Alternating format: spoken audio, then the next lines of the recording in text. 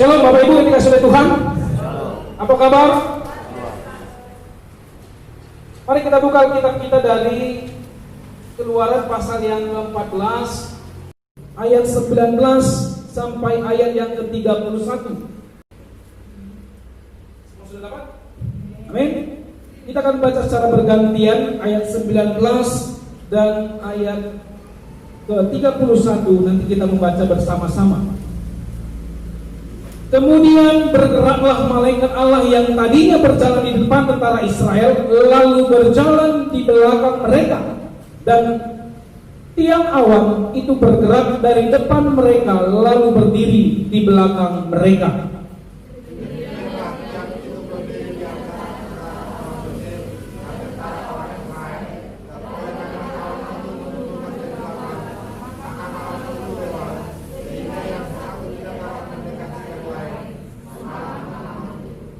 Lalu Musa mengulurkan tangannya ke atas laut, dan semalam-malaman itu Tuhan menguakkan air laut dengan perantaraan angin timur yang keras, membuat laut itu menjadi tanah kering, maka terbelahlah air itu.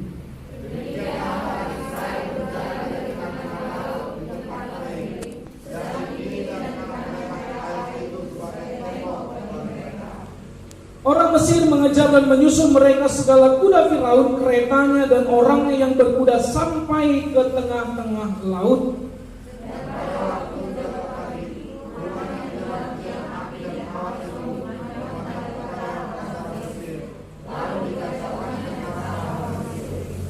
Ia membuat roda keretanya berjalan miring dan maju dengan berat, sehingga orang Mesir berkata, marilah kita lari meninggalkan orang Israel, sebab Tuhanlah yang berperang untuk mereka melawan Mesir.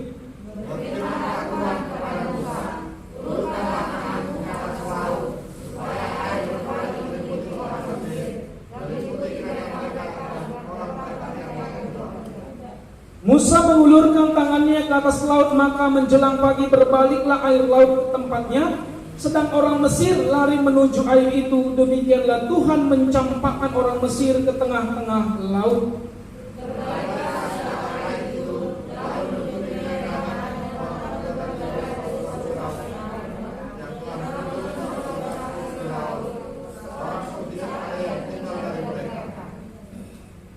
Tetapi orang Israel berjalan di tempat kering dari tengah-tengah laut, sedang di kiri dan di kanan mereka air itu sebagai tembok bagi mereka.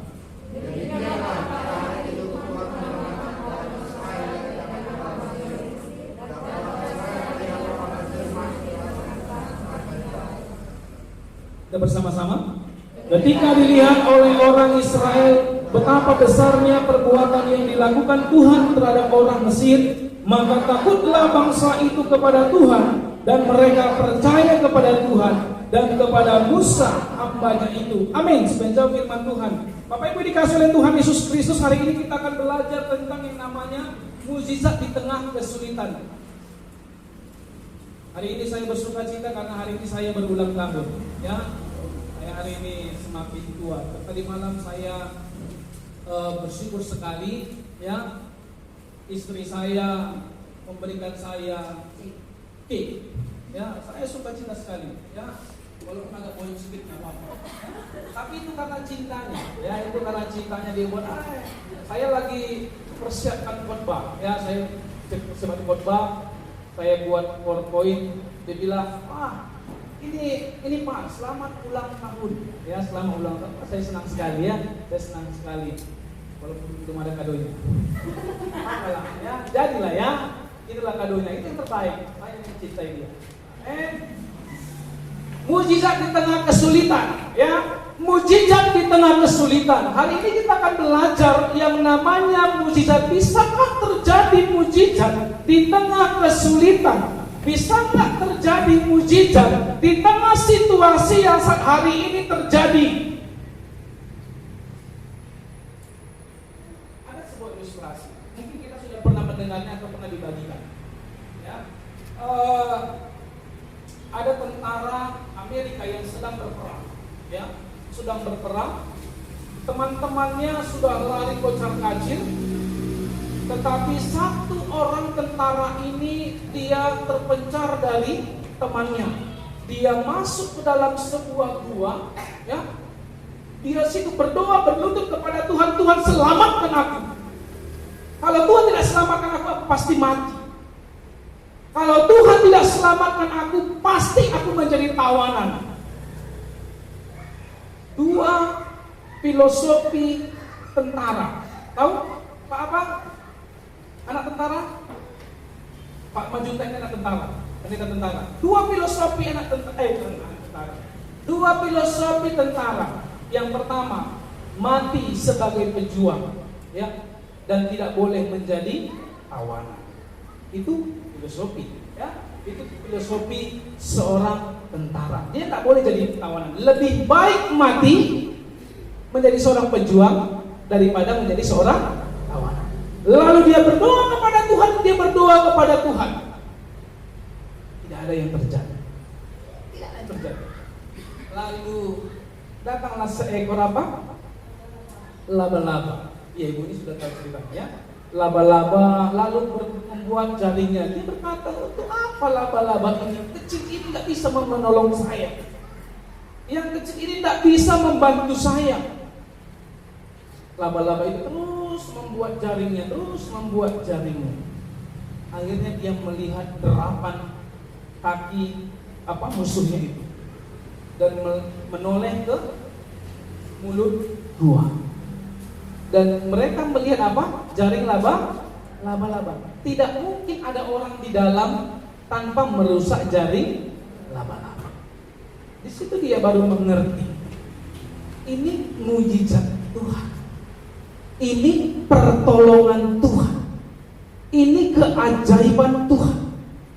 Tidak akan bisa, ya, seekor laba-laba yang kecil disuruh membuat jaring. Tidak bisa kalau bukan Tuhan. Kalau bukan Tuhan yang mengerjakan, tidak akan bisa terjadi. Akhirnya si tentara itu di situ dia baru bisa melihat pekerjaan Tuhan. Ini mujizat Tuhan. Tapi dikasih oleh Tuhan Yesus, perjalanan bangsa Israel, kita tahu perjalanan bangsa Israel keluar dari tanah Mesir, tanah perbudakan. Tetapi mereka menikmati perbudakan, tetapi mereka menikmati hidup di Mesir. Karena apa? Mereka tidak harus, gak harus keluar lagi dari bangsa ini. Gak apa-apa lagi Mesir pun jadi budak pun jadi, gak apa-apa. Ya, mereka akhirnya dibawa oleh Musa, keluar dari tanah Mesir dengan satu skenario. Ya, bagaimana terjadi 10 tulah di sana, bagaimana si Firaun itu mengeraskan hatinya, tidak boleh membawa bangsa Israel di situ. Bapak Ibu dikasih oleh Tuhan Yesus, mereka di situ sudah bergenerasi-generasi. Hampir 300 tahun bangsa Israel di tanah Mesir. Sudah berapa generasi mereka? Kalau Mesir membiarkan mereka keluar, Mesir akan kehilangan pekerja. Ya. Tetapi Allah ingin membawa mereka. Ya. Ini perjalanan bangsa Israel. Ya, perjalanan panjang yang melelahkan. Ketika saya membaca firman Tuhan ini, kalau saya lah di posisi ini, mungkin saya tidak akan sanggup. Ya? Saya tidak akan sanggup untuk tinggal di sini. Saya tidak akan sanggup untuk ada di dalam posisi. Berapa lama bangsa Israel di perjalanan dan apa yang diinginkan Allah? Berapa lama? Berapa lama perjalanan bangsa Israel dari tanah Mesir sampai Kanaan? 50?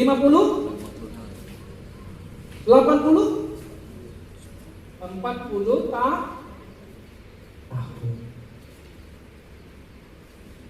40 tahun mereka di jalan. Saya belum pernah ke Israel. Pak Nuri sudah pernah. Jauh enggak Pak? Dari Mesir ke Kanaan? Berapa jam? 7 jam. Mereka hanya membutuhkan 7 jam. Tetapi Allah membuat mereka berputar-putar, dan Allah mengizinkan bangsa lain untuk menyerang mereka, untuk berperang kepada mereka. Apa tujuannya? Apa tujuan Allah untuk mengeluarkan bangsa Israel bahkan sampai mereka 40 tahun di perjalanan? Tujuannya satu, mencapai tujuan. Hanya mereka ingin melakukan tujuan Allah. Apa tujuan Allah? Apa tujuan Allah? Bapak Ibu dikasih oleh Tuhan Yesus, yang menjadi tujuan Allah, Allah memiliki inisiatif membuat bangsa itu menjadi bangsa yang besar dan makmur. Ini tujuan Allah. Karena bangsa itu adalah bangsa pilihan Allah, maka Allah berinisiatif membuat bangsa itu menjadi bangsa besar, bukan mau jadi budak. Kalau budak bisa saja mereka tidak harus keluar, ya. Tetapi Allah punya inisiatif. Ya? Allah punya inisiatif. Apa yang Tuhan janjikan bagi mereka? Tanah perjanjian, yaitu tanah Kanaan. Apa yang ada di tanah Kanaan? Apa yang ada di tanah Kanaan? Negeri yang berlimpah susu dan anggur. Ya? Susu dan anggur. Ini kebutuhan pokok mereka. Ya? Ini kebutuhan pokok. Bapak Ibu dikasih oleh Tuhan Yesus Kristus, Allah ingin mereka sampai dan menduduki tanah Kanaan. Bapak Ibu dikasih oleh Tuhan Yesus Kristus, ini adalah inisiatif visi Allah. Ya? Ini adalah visi Allah untuk bangsa itu. Allah punya inisiatif karena inisiatif Allah adalah inisiatif yang baik. Mereka dari budak harus menjadi penguasa dan pengusaha. Bagaimana Musa memandang masalah yang ada di hadapan mereka? Apa masalahnya? Apa masalah Musa? Masalah Musa apa? Masalah yang dihadapi Musa adalah satu, ketegaran tengkuk dari bangsa Israel. Lebih baik kami mati di Mesir. Ada orang punya mental seperti ini. Ada orang yang punya mental tidak mau berubah. Ada orang punya mental yang merasa sifat dan hidupnya itu baik. Itu salah. Ada orang punya mental, begini saja aku udah oke kok. Ya? Ada orang punya mental suka merendahkan orang. Itu mental yang tidak baik. Tuhan tidak mau ciptaan itu direndahkan. Bagaimana Musa memandang masalah yang ada di hadapan mereka? Ya? Bukan hanya ketegaran tengkuk saja, kesombongan mereka. Nah, udah budak sombong pula lagi. Ya? Lebih baik kami tinggal di sana. Untuk apa kami mati di perjalanan Musa? Lalu yang kedua adalah apa? Terbentangnya laut Teberau. Sedangkan di belakang sudah ada siapa? Bangsa Mesir mengejar mereka. Apa yang Musa lakukan? Musa memberikan ketenangan kepada bangsa itu. Tenang, jangan ribut, sabar. Yang kedua, Musa membuat Allah berhutang bagi mereka. Hebat ya? Musa ini bisa membuat Allah itu berhutang bagi mereka. Ayat yang ke-13 dan ayat yang sampai ayat ke-16. Saya bacakan ayat ke-13. Tetapi berkatalah Musa kepada bangsa itu, janganlah takut, berdirilah tetap dan lihatlah keselamatan dari Tuhan yang akan diberikannya hari ini kepadamu, sebab orang Mesir yang kamu lihat hari ini tidak akan kamu lihat lagi untuk selamanya. Sudah terjadi?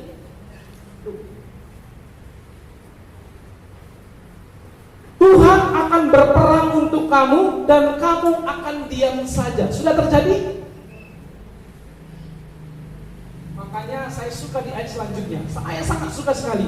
Ayat ke-15 dikatakan, berfirmanlah Tuhan. Tuhan ngomong sama Musa, mengapa engkau berseru-seru demikian kepadaku? Kenapa kau ngomong seperti itu sama aku? Ada nggak pernah kujanjikan seperti itu? Tetapi Musa membuat Allah berhutang bagi mereka. Musa membuat Allah berhutang bagi mereka. Apa yang dikasih oleh Tuhan Yesus, situasi di dunia sekarang ini kita sedang dilanda coronavirus, bisa dibilang COVID-19. Bukan hanya Tanjung Pinang saja, bukan hanya kota kita saja yang berdampak, ya, tetapi seluruh dunia. Indonesia masih hebat. Dunia masih akui Indonesia hebat. Negara lain sudah kolaps, negara lain sudah resesi, tapi Indonesia, ya, Indonesia masih diambang resesi. Kalau kita tidak mengikuti protokol kesehatan, resesi. Lebih parah katanya dari tahun 98. Apa yang dikasih oleh Tuhan Yesus Kristus, dunia sekarang sudah kacau, ya. Indonesia, kalau Jakarta PSBB, masih ada Jawa Barat, masih ada Jawa Timur yang menyuplai bahan makanan. Kalau Jawa Timur PSBB atau lockdown, masih ada Bali, masih ada Nusa Tenggara Timur, masih ada Nusa Tenggara Barat yang menyuplai. Itu hebat Indonesia, ya. Itu hebatnya Tuhan menempatkan kita di bangsa ini. Amin. Itu hebatnya. Bagaimana dengan Singapura? Mereka punya satu kawasan. Kalau di lockdown ini, sulitlah orang masuk. Jadi ini terjadi di bangsa kita, ya. Kita nggak tahu kapan selesainya. Saya kemarin buka, nggak tahu itu benar atau tidak. Katanya vaksin itu sudah ditemukan. Ya, vaksin Cina itu sudah layak untuk diperjualbelikan dan WHO sudah tanda tangan. Saya belum apakah itu benar atau tidak. Bapak Ibu dikasih oleh Tuhan Yesus Kristus, semua sektor berdampak, ya, semua sektor berdampak. Sektor ekonomi menurun drastis. Penjualan tidak sesuai dengan apa yang diharapkan. Banyak orang yang di PHK, banyak orang yang tidak bekerja lagi.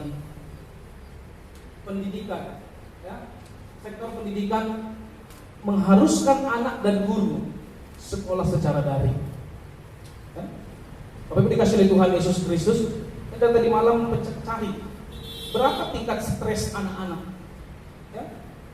Ada satu link katakan hampir 78%, ya, hampir 78% anak-anak itu stres. Karena apa? Mereka harus sekolah dari rumah. Jangankan anaknya, mamanya juga stres. Betul? Ibu-ibu? Ya? Ibu udah minum, gak usah gini, belum ada sekolah. Ya? Guru-gurunya juga stres. Kenapa stres? Mereka tidak pernah membayangkan harus seperti itu. Dengan metode langsung saja, anak-anak itu belum tentu nangkap. Betul, anak guru? Betul, Bu? Langsung saja tatap muka belum tentu 100% itu mereka nangkap. Apalagi secara daring. Bahkan jemaat harus mengikuti ibadah dari rumah. Semua sektor berdampak, Bapak Ibu. Ya, semua sektor berdampak. Apakah Anda masih percaya ada mukjizat? Amin. Amin. Masih percaya nggak ada mukjizat?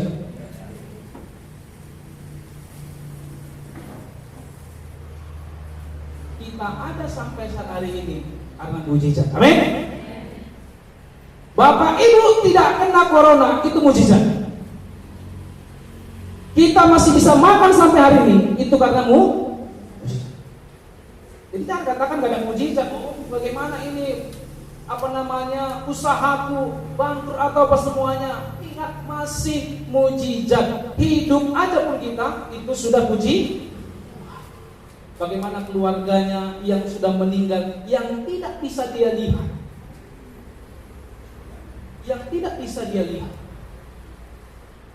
ngeri gak? Kita ada sampai saat ini karena mujizat Tuhan. Ya? Saya sangat bersyukur sekali. Ya? Jemaat Gereja Metodis Indonesia tidak ada satupun yang terkena COVID-19. Tidak. Pendetanya pun tidak. Ya? Pengurusnya juga tidak.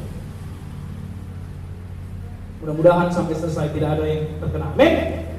Ya? Kita ada sampai saat hari ini karena mujizat. Kita masih bisa makan 3 kali sehari.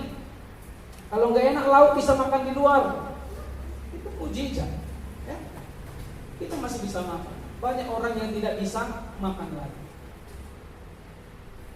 Tapi dikasih oleh Tuhan Yesus kita masuk pada firman Tuhan.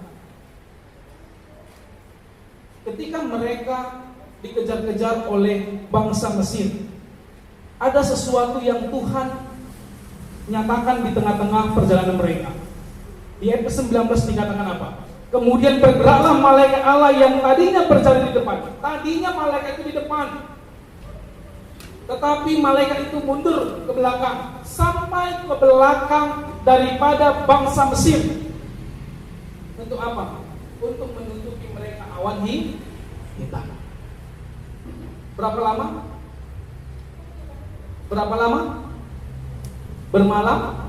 Malaman.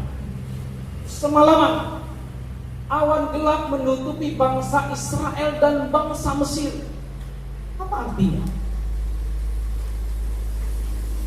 Situasi seolah tidak berpihak kepada kita. Jangan langsung panik, jangan langsung bertindak dan berpikir anarkis. Artinya apa? Salahkan Tuhan. Terkadang situasi itu Tuhan izinkan untuk kita meminta Tuhan mengulurkan tangannya sebagai pegangan saat kegelapan terjadi, agar kita tidak tersandung dan tidak terjatuh. Sengaja Tuhan kasih. Ya.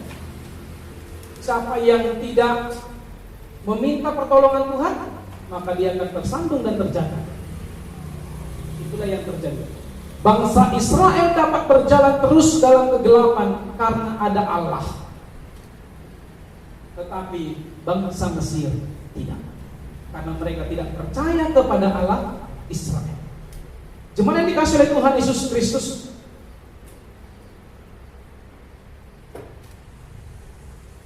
mukjizat yang Allah lakukan bagi umat Israel adalah berjalan di tanah yang,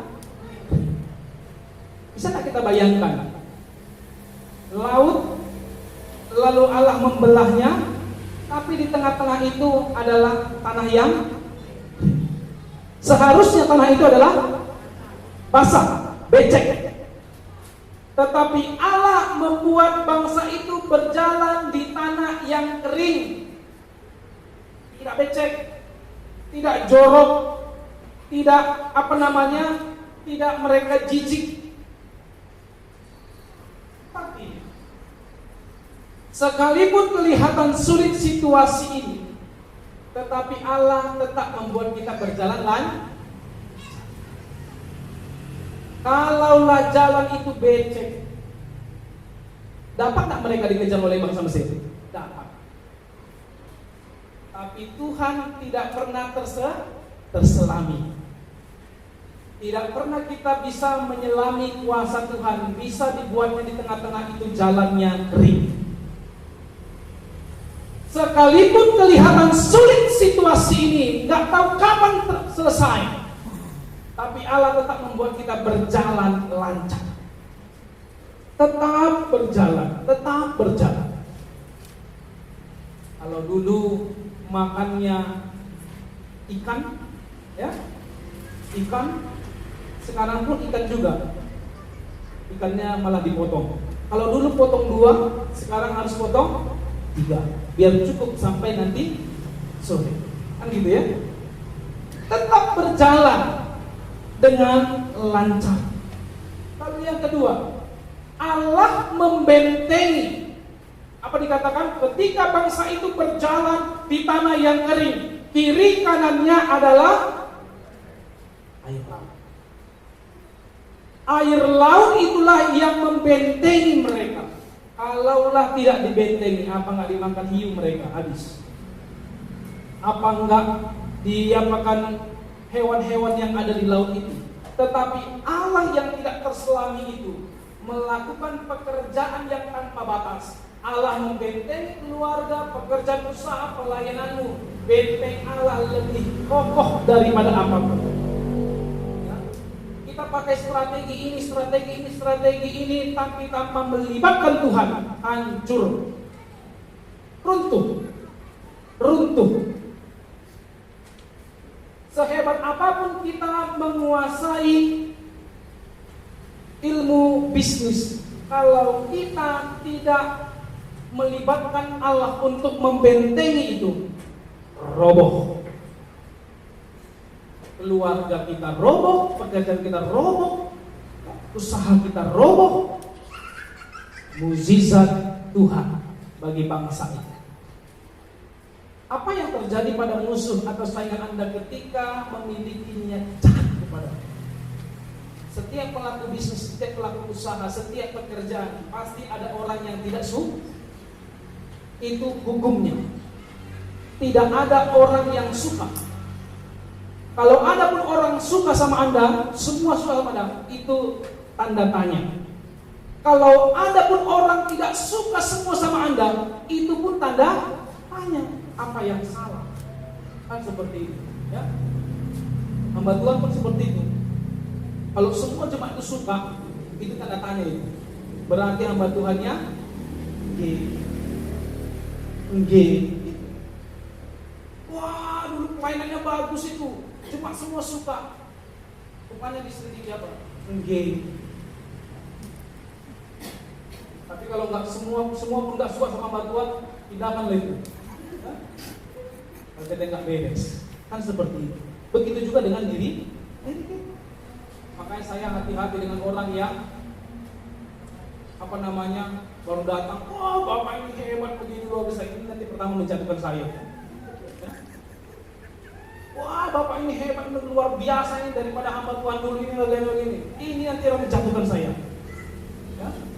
Kita pun harus seperti itu juga dalam pekerjaan kita. Wah ini Pak Mindro ini orang hebat ini. Nah, ini orang menjatuhkan nanti nih, ya. Di belakang kita angkat beres itu, kan gitu ya. Itu hati-hati, ya. Hati-hati sekali.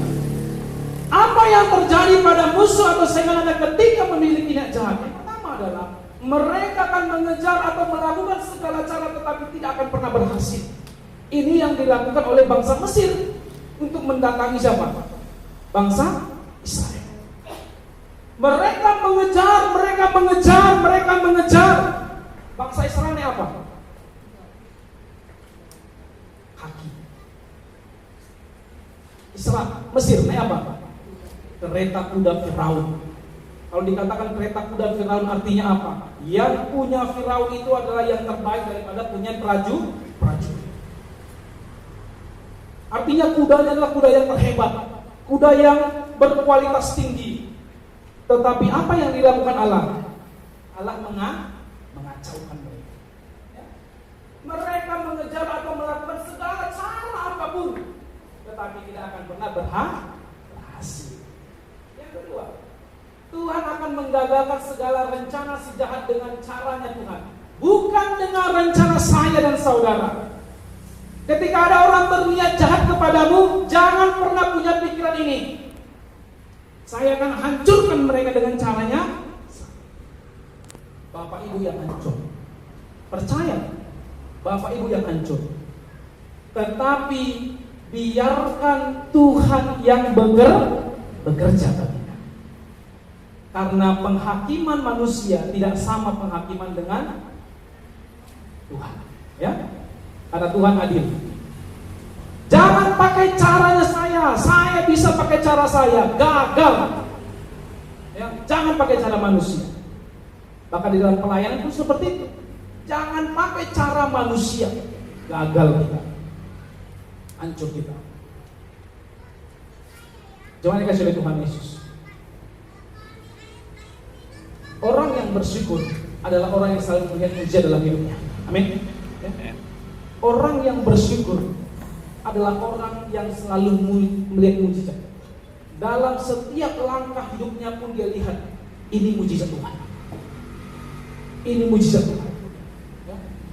Itu orang yang bersyukur. Tapi kalau orang yang tidak bersyukur, banyak pun uangnya, tapi kalau dia tidak bersyukur, tidak jadi berkat bagi dia.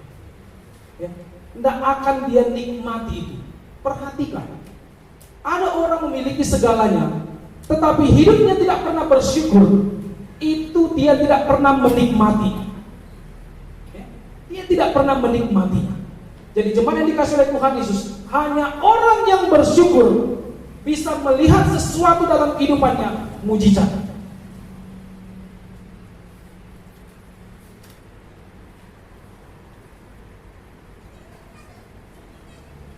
Mujizat terjadi ketika Allah turun tangan. Allah melakukan mujizat daripada apa yang ada di sekitar kita. Mujizat terjadi ketika Allah turun tangan, bukan ketika kita turun tangan. Ketika kita turun tangan, kehancuranlah yang akan terjadi. Ya, bukan mujizat, karena mujizat hanya milik Tuhan. Hanya Tuhan yang bisa melakukan mujizat. Manusia tidak bisa melakukan mujizat. Bangsa Mesir dicampakkan Tuhan ke tengah-tengah laut. Ya? Bangsa Mesir dicampakkan Tuhan ke tengah-tengah laut. Ketika Tuhan bertindak, tidak ada satupun yang dapat menghentikannya. Ketika Tuhan sudah menghukum orang yang menyakiti kita, tidak ada satupun yang dapat menghentikannya. Ketika Tuhan ingin memberkati kita, tidak ada satu orang pun yang mampu menghentikannya. Artinya apa? Suka-suka Tuhan. Ya, suka-suka Tuhan. Ketika Tuhan bertindak, tidak ada satu pun yang dapat menghentikannya. Nggak ada yang bisa menghentikannya. Ya, sekuat apapun kita tidak bisa kita menghentikan. Ketika memang orang itu sudah mau diberkati Tuhan, tidak ada yang bisa. Ada kita punya cara untuk menggagalkannya, tidak bisa, karena memang Tuhan sudah mau memberkati dia. Jemaat yang dikasih oleh Tuhan Yesus Kristus,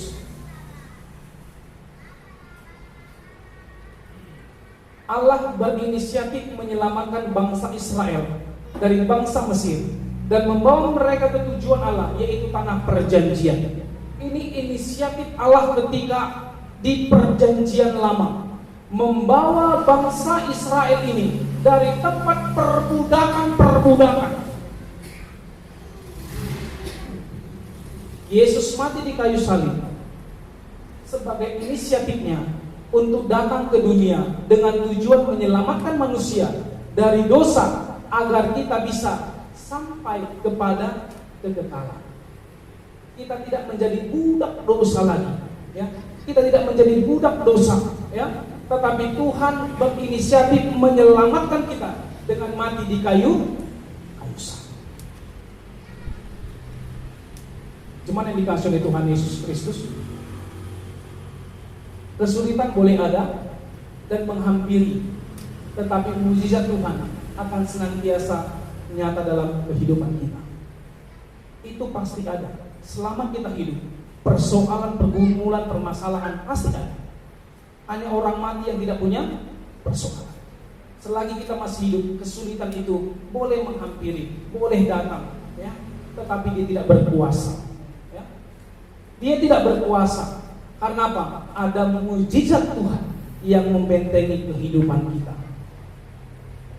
Biarkan Tuhan menuntun kita, ya. Biarkan Tuhan menuntun kita. Berserulah kepada Tuhan. Allah berkata kepada Musa, kenapa kau berseru seperti itu kepadaku? Percayalah akan kuasa Tuhan, ya. Percaya akan kuasa Tuhan. Orang yang percaya akan kuasa Tuhan, dia akan melihat segala sesuatu yang dia kerjakan terjadi itu karena mujizat Tuhan. Tantangan boleh ada, masalah ada boleh ada, ekonomi boleh merosot, tetapi mujizat Tuhan akan selalu ada di dalam kehidupan kita. Pulang dari sini tantangan pasti ada. Pulang dari sini besok pasti ada masalah. Bulan depan pasti ada masalah. Tahun depan pasti ada masalah. Itu boleh ada, tantangan itu boleh ada.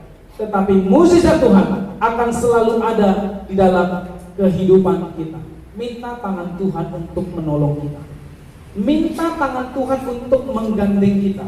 Minta tangan Tuhan untuk menuntun kita kepada tujuan kita. Sama seperti khotbah minggu lalu. Minta tangan Tuhan, karena tangan Tuhan ini tidak ada yang bisa menggoyahkan. Ketika tangan Tuhan sudah memegang kita, tidak ada yang bisa melepaskannya. Ketika tangan Tuhan memegang kita, tidak ada yang bisa menghalau kita untuk bisa Tuhan bawa kepada tujuan Tuhan. Ya, minta kepada Tuhan apa yang ingin menjadi tujuan Tuhan di dalam kehidupan kita. Sama seperti bangsa Israel, inisiatif Allah untuk menyelamatkan mereka bukan karena keinginan bangsa Israel itu sendiri untuk keluar dari Mesir, karena mereka sudah bosan karena mereka menjadi budak, tidak. Karena inisiatif Allah, karena kerinduan Allah, kau sudah saatnya menjadi orang yang diberkati Tuhan. Jadi jemaat yang kasih oleh Tuhan Yesus Kristus, biarlah kiranya kehidupan kita senantiasa diikuti oleh mujizat Tuhan. Tetap andalkan Tuhan dalam situasi apapun. Tetap andalkan Tuhan di dalam ketika engkau menghadapi perkara-perkara yang sulit sekalipun. Karena dalam Tuhan tidak ada yang mustahil. Amin. Kita berdoa.